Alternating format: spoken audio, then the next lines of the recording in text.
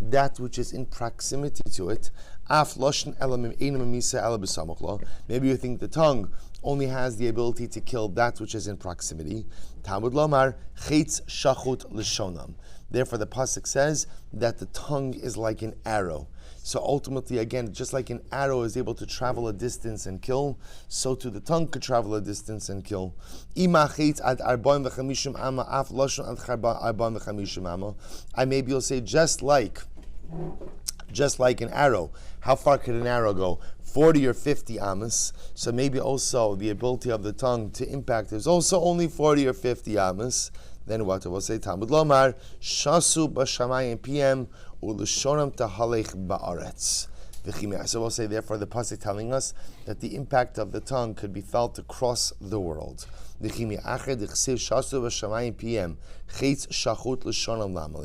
if that's the case, after I have that pasuk that tells that the impact of the tongue could be felt across the world, then why does the pasuk have to use the lashon of comparing the tongue to an arrow?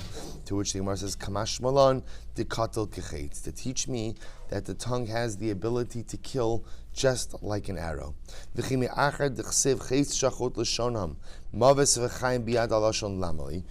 that's the case, after you tell me that the tongue is like an arrow, then why the need to say life and death is in the hands of the tongue?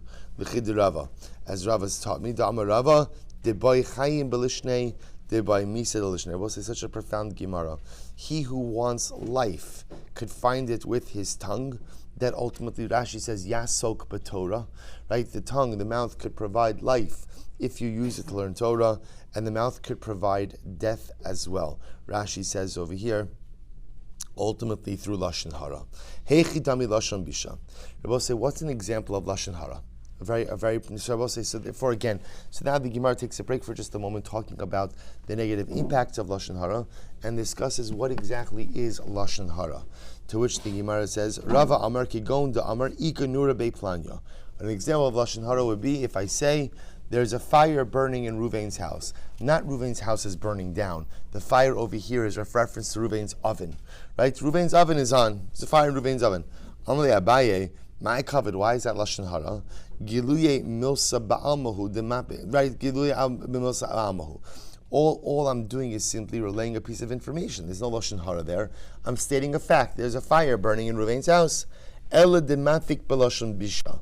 Rather, again, the way I say it is negative. How so? Da'amar heicha mishtachach nura ela beplanya diika bisra v'kavri. Say, oh, you know what? There's always a fire burning in Reuven's house because he's got plenty of fish and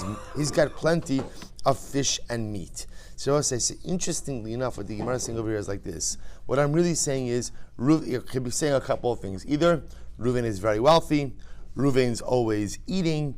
The idea is, I'm saying something that could be interpreted ultimately again in a negative way. So the Gemara doesn't have to say that if I go over to Reuven and I say, Reuven, Shimon's a jerk, right? Okay, the Gemara doesn't need to tell me that that's lashon hara, right? That's obvious. Speaking negatively about another person is lashon hara. That's obvious. And I'll say, but again, what the Gemara is teaching me over here is that halacha l'maisa, even saying things which in and of themselves may not look negative, but ultimately pave the way for negative speech, that's also considered to be lashon hara. So Reuven always has a fire in his home because he's always got fish and meat to cook. He's always eating fish and meat. So you could see again how that statement is one step away from a slanderous statement. That's called lashon hara also. Setting up a situation through which slanderous speech could occur is called lashon hara. Amar Rava, kol milsadem amar ba'apei mara. Less than Mishum Lashon Bishna. I will say an interesting halacha. Anything that a person would say in front of the subject whom you are talking about is not called Lashon Hara. Right? In other words, if I would say something about Ruvain in front of Ruvain, so apparently that's not Lashon Hara. Amarle, he said, Kol shekein chutzba v'lishna bisha. So I will say, he responded. This is Rabbi talking. He responds. He says, not only is that lashon hara, that's also called chutzpah. At least a person is a baal lashon hara, but they have a little bit of embarrassment. They won't say something negative in front of someone else. There are some people who are filled with such chutzpah that not only will they speak about people behind their back, but what? they'll even say the negative things to their face. That's not a positive quality, I will say. That's actually an incredible amount of chutzpah. So Amar le Anak Rabbi Yossi Sir. He says, Aholik Rabbi Yossi. Don Rabbi Yossi, that's actually a very profound statement. Miyamai lo amarti davar vechazarti la'achorai. I never said something for which I had to look behind my back. You will say it's a klal gadol in life. If you have to look around to see if there are other people there before you say it, probably better not to say it. So Rabbi Yossi said, I never said something in my life that I had to look behind me to see who was standing there. Amra Baravuna, top of Tazayin, Kol Milsa de Mis'arim Be'apei Tlasa, Les Ba Mishum Lishna Bisha. Now I will say, by the way, it happens to be, we don't paskin like that statement of Rabbah, that just because you would say something in front of someone, it's still Lashon Hara. So meaning if I would call Reuven a jerk to his face, right, at the end of the day, it's still Lashon Hara to go ahead and say that about Reuven to someone else. It's just not only am I a Baal Lashon Hara, I'm also a Baal Chutzpah. Now the Gemara, however, does quote something very interesting in Hilchos Lashon Hara, which is the concept of Apei Tlasa. So Rabbi Rafuna says as follows, Kol milsa damis amra ba'apei tlasa, les ba mishum lishna bisha. Anything that was said in front of three people, no longer constitutes Lashon Hara. And I both say, now let's qualify this. This is very important. If you look at Rashi, Demis Amra Ba'apei Tlasa, Shabaylim Amruha Bifnei Gimel, Hamagala Osa Eino Lashon Hara, Shezeh Gila Tchila Daito, Shemagala Osa Eino Choshesh Demedi Yada. Supposed to listen to this. So let's say Reuven has a piece of information about himself, and he shared this piece of information in front of three people. Once you share something in front of three people, that is public information. Once it's public information, there is no prohibition of Lashon Hara to disseminate that information any further. So Reuven reveals something about himself, right, in front of three people. That makes it public. If I then go ahead and relay that information as well, even though again it may reflect poorly upon Reuven, that is not technically Lashon Hara, since Reuven made it public. So the Gemara says, "My taima chavra islay," because your friend has a friend.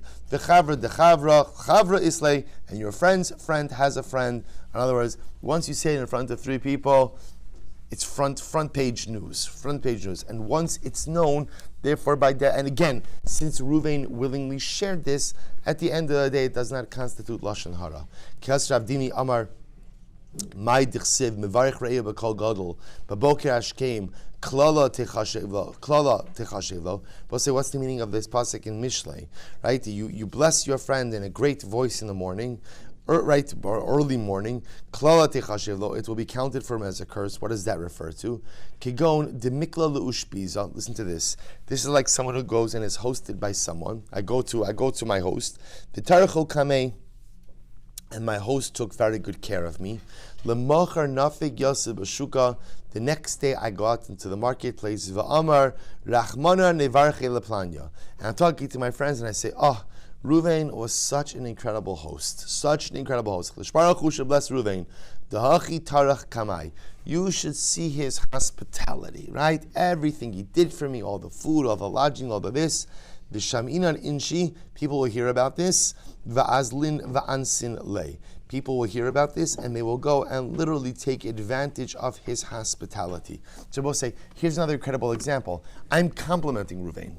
I'm complimenting him, right? I'm saying something nice. I'm telling people that he is such a wonderful balabas, right? His achnasas archim is so incredible. What's the concern here? The concern is that people are going to hear about this and they're going to take advantage of his hospitality. So therefore, again, don't say it. Tan Rav Dimi Achud Rav Safra. Li'olam al yisaper adam b'tavaso shel chavera. So we'll say this. All of these Gemaras birth this concept. So Rav Dimi and his brother Rav Safra said, in reality, a person should not even talk positively about his friend. Shemitoch tavaso ba lidei ra'aso. I will say this is actually an incredible statement, because what's going to happen?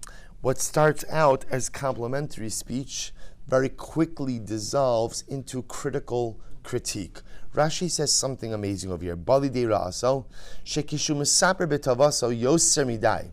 When you speak about any person too much, right? Too much, even if it's positively, hu atzmo omer chutz mimida ra zu shebo. We'll say Rashi's giving us an incredible insight into human nature. Human nature is such, is that we, for whatever the reason, are always looking for flaws. We're always looking for flaws. And therefore, by definition, even if you go ahead and you speak about someone in positive ways, right? This is talking like effusively positive. It's only a matter of time until you say, oh, you know what, he's great in this. But, you know, now that I'm thinking about it, there is this area where Reuven could use improvement, right? There is this area where ultimately, again, he's not so great. We'll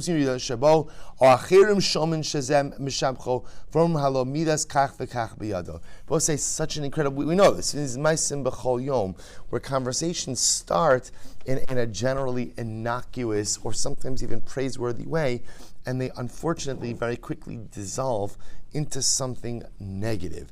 Therefore, again, Rav Safra says, we'll say the Klal Gadol is, you understand what the takeaway of these Gemaras are, don't talk about people.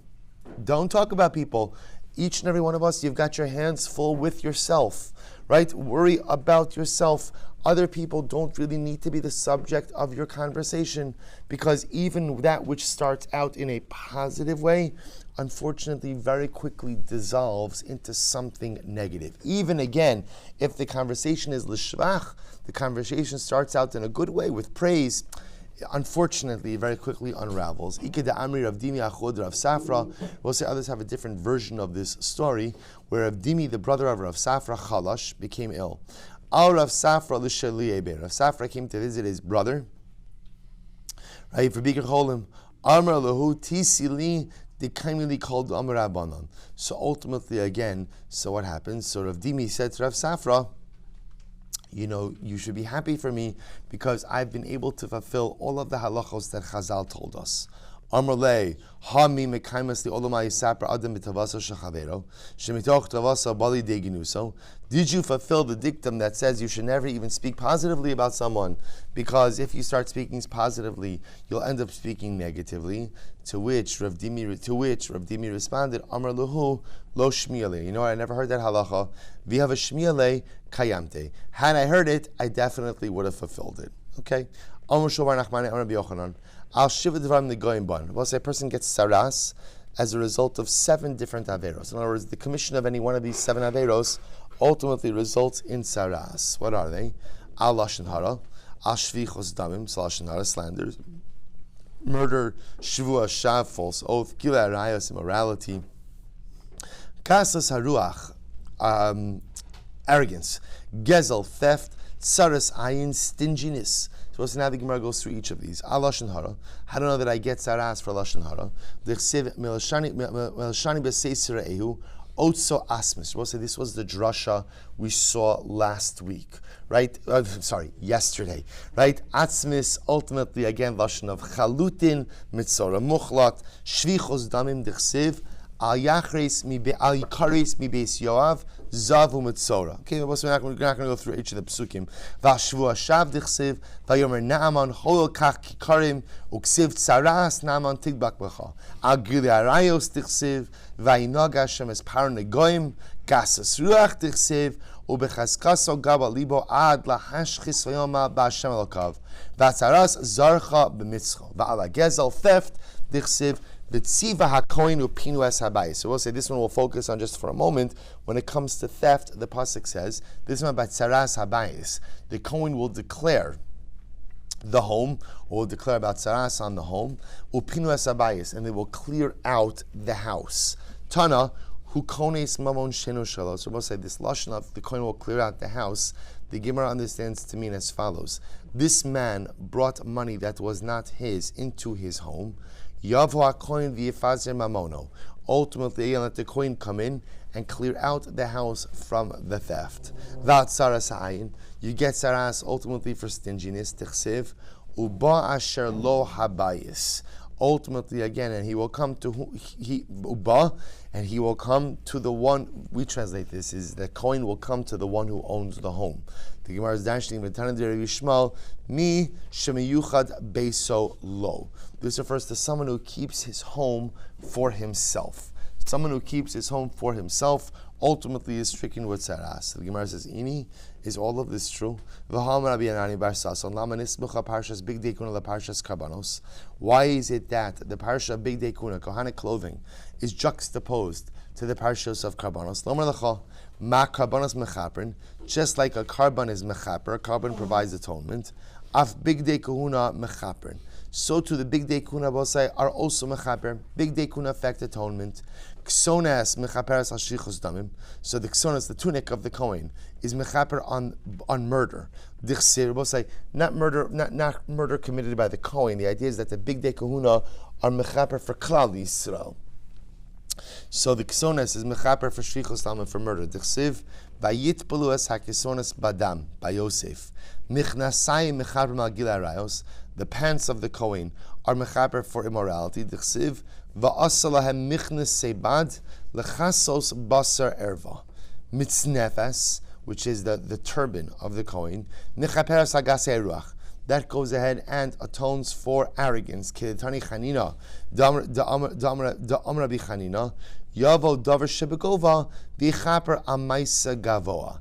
Let something which sits tall, which is the turban, the mitznefes, come and go ahead and essentially be mechaper for someone who has a very tall head. Not a reference to the dimensions of his head, but a reference ultimately to arrogance. Avnate, the belt, mechaperes al hirhur halev. That goes ahead and is mechaper ultimately again on impure thoughts. So the Gemara says, Ahecha di'iseh. How do we get that? So we'll see, interestingly enough, the belt of the Kohen did not sit by his waist like we would normally wear a belt. The belt of the Kohen actually sat right around the elbows, like the elbow area of the Kohen, which is the area by the heart. Dichsiv vayah alev Aaron. Choshen mechaper al hadinin. Ultimately, again, the choshen, the breastplate, is mechaper on din. In this case, dinin means what? Dinin means erroneous judgment. So the Gemara says, "D'chsiv va'asisa choshen mishpat ephod mechaper." Right? Ephod mechaper. I'm sorry. Va'asisa choshen mishpat. Ephod mechaper al avodah zara. So the ephod ultimately again is mechaper on avodah zara. Ephod refers to the apron. D'chsiv ein ephod utrafim. Fine, ein for trafim. Meal mechaper al lashon hara. The meal ultimately again is mechaper on lashon hara. Amar HaKadosh Baruch Hu yavo davar shebekol v'yechaper on ma'aseh hakol. So this is very interesting. Remember again, the me'il was like the it literally means a coat, but it was like the it was the garment that sat on top of the Kohen. It was an opening for his head, and there was a flap in front and a flap in back. Now on the bottom of the me'il were the bells. The bells. So the me'il is mechaper on lashon hara. Why? Let a davar shebekol, something that makes noise, ultimately again be mechaper for an avera of noise. What's the avera of noise? Lashon hara. Tzitz mechaper amaisa azeponim. So the tzitz, which ultimately again is the forehead plate, right, is mechaper ultimately again on arrogance. Azeponim, azesponim, ksiv hacha v'haya al meitzach Aaron. It will be on the forehead of Aaron. Ksiv hasam umeitzach isha zona hayelacha. So we'll say, so ultimately again, so here's what's interesting. So on one hand, the Gemara just said before that halacha lemaisa, you get tzara'as for speaking lashon hara. Right? That's the Gemara said. Now what did we just see? Out of all this, what's our takeaway? That the Big Day Kahuna are mechaper for lashon hara. So which one is it? If the Big Day Kahuna are mechaper for lashon hara, then there should never really be a punishment for lashon hara, because every single day that the Kohen is wearing the Big Day Kahuna, he is affecting kapara for lashon hara. If that's the case, then I shouldn't get saras for lashon hara. So which one is it? To which Gemara says, "Lo kasha hada'ahanu masav hada'lo ahanu masav." I will say it's a very profound statement. So what's the case? The Gemara says it depends. Did your lashon hara cause damage or not? Ahanu masav. If literally means if your lashon hara worked, right? If your lashon hara caused damage, then unfortunately, asun negaim alei, you're going to get saras. Ilo ahanu masav. If your lashon hara did not cause damage, then mi'il mechaper. Then ultimately, again, the Big Day Kahuna is mechaper. I just want to point out, you also see from Gemaras like this. Every day we daven for the restoration of Yerushalayim, for the Beis HaMikdash. And every day we think about the Beis HaMikdash, and sometimes it's a bit difficult because we wonder to ourselves, it's difficult to mourn for something that you never knew. But you read Gemaras like this and you realize that the power of a Beis HaMikdash, right, is the ability to maintain a spiritual equilibrium in the world, even though you weren't aware of it. The concept that a Kohen wears Big Day Kahuna, and those Big Day Kahuna affect Kapara, just through the pure wearing of those Big Day Kahuna, is something dramatically amazing. And what our world lacks in the absence of that kapara is, can you imagine this? That there's atonement just because there's a Kohen Gadol. There's atonement that occurs just because there's a Beis HaMikdash. I'm living my life, right, doing my business, speaking Lashon Hara, and yet again in Yerushalayim, because there's a Beis HaMikdash, there's a Kohen Gadol, it's affecting kapara for me. That's the power of a Beis HaMikdash. Kapara. I'm sorry. So let's read that again. Amar Rabbi Simon Rabbi Shmuel Levi. Shnei divarim lo matzinu lahem bekarbanos kapara. Bedavar echad matzinu lahem kapara. Shvichos damim v'lashon hara. So ultimately, again, I will say by shvichos damim and lashon hara. What's by shvichos and lashon hara? Shvichos damim be'egla v'lashon hara b'ktores. So we'll say although shvichos damim and lashon hara do not have any type of atonement through karbanos, they do find atonement in other areas. Shvichos damim, murder, finds atonement through egla arufa. Lashon hara finds kapara through kitores. Disanya, Rabbi Chanina, Lamanu lekitores shemichaperes. Kitores has the ability to atone, and specifically the Gemara's understanding over here, atonement for lashon hara. The chesiv vayitines hakitores vayichaper al ha'am. Ultimately, again, he put the Ketores and he was mechaper on the nation of Rabbi Shmuel. Al ma Ketores mechaperes. What does Ketores atone for? Al lashon hara. Ketores atones for lashon hara. Then I will say, what's the connection between Ketores and lashon hara? Amar HaKadosh Baruch Hu, Yavo davar shebechashai, v'yichaper al ma'aseh chashai. Let something done quietly and privately atone for something done quietly and privately. Because remember again, the Ketores could only be offered when no one else was inside of the Heichal. Right? The Kohen Gadol had to be alone in the Heichal at the time of the Ketores. So just like the Ketores is offered privately, just the Kohen Gadol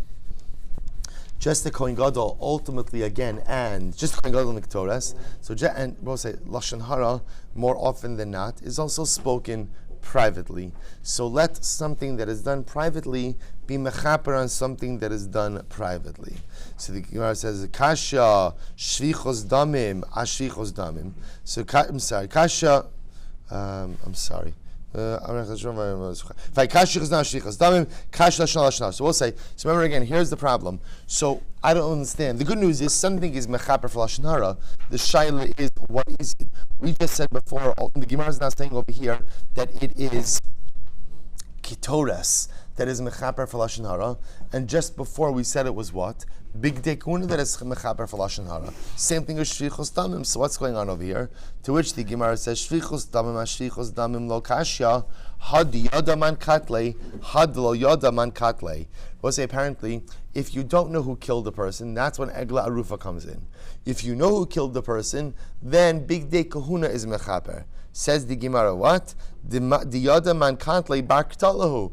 If you know who killed the person, then we'll say the killer is subject to a death penalty. What are you talking about? Big Day Kahuna is mechaper. To which the Gemara says, b'mezid v'lo asrube. We'd be talking about a case where what? Where ultimately, again, a person killed another person intentionally, but there was no hasra. So because no hasra, no warning, therefore on a technical level, you cannot execute the killer in a beis din. The Big Day Kahuna provide kapara. Who do they provide kapara for? Interestingly enough, not for the killer. They provide kapara for the community. That even though such an event happened within our community, halacha l'maisa,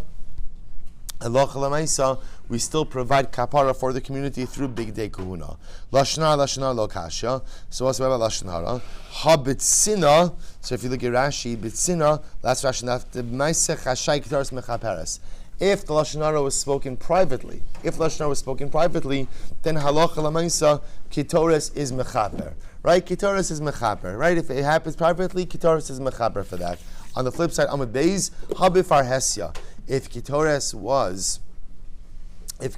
was spoken, if Lashon Hara was spoken publicly, then halacha l'maisa, that's the me'il, right? That's the bells of the Kohen's me'il that are mechaper ultimately for that Lashon Hara. Incredible. Says the Gemara, Ba'amid Rabbi Shmuel bar Nadav Rabbi Chanina. V'amid Rabbi Shmuel bar Nadav Chasnei Rabbi Chanina. V'amid Rabbi Yoshua ben Levi. Ma nishtana mitzora, sha'amra Torah badad yeshe michutz lamachane, moshavo. I will say, why is it that ultimately, again, the Mitzorah, as opposed to other people who contract ritual impurity, who are sent out from certain camps, why is it that the Mitzorah is sent out from the entire camp of Klal Yisrael? To which the Gemara said, will say, not only that, but the Mitzorah himself is not even permitted to be around other people who are Tameh. He's distanced from everyone. To which the Gemara says, "Hu hivdil ben ish leishto ben ish l'reyehu," because the Mitzorah went ahead and made a division between a man and his wife, between a man and his fellow. In other words, the Mitzorah spoke Lashon Hara. And through that Lashon Hara, he sowed the seeds of divisiveness. Lefichach amra Torah badad yeshev.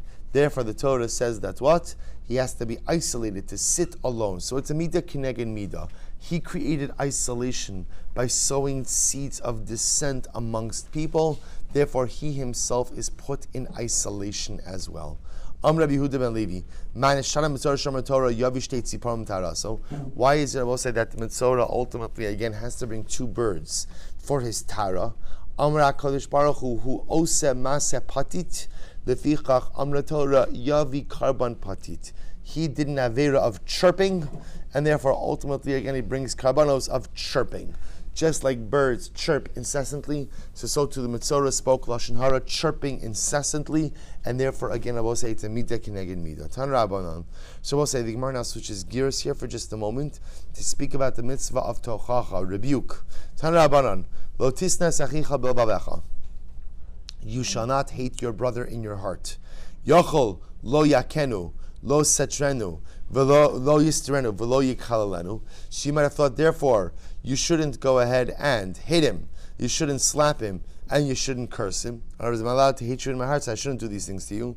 Therefore, Torah says, no, you can do those things. You just can't hate someone in your heart. Sina shebalev hakasav medaber. Torah says you can't hate someone in your heart. We'll say, so as we're going to see, what does it mean, hitting, slapping, cursing?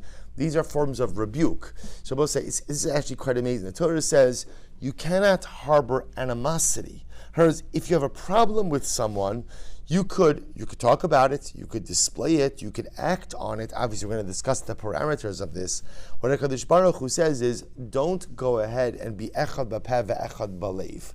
Don't project an image of friendship and cordiality, right? While inside harbor animosity. So that's lo sisnes achicha b'levavecha. Don't be two-faced. Don't be two-faced. So the Gemara says, "Sina b'shevalev hakas."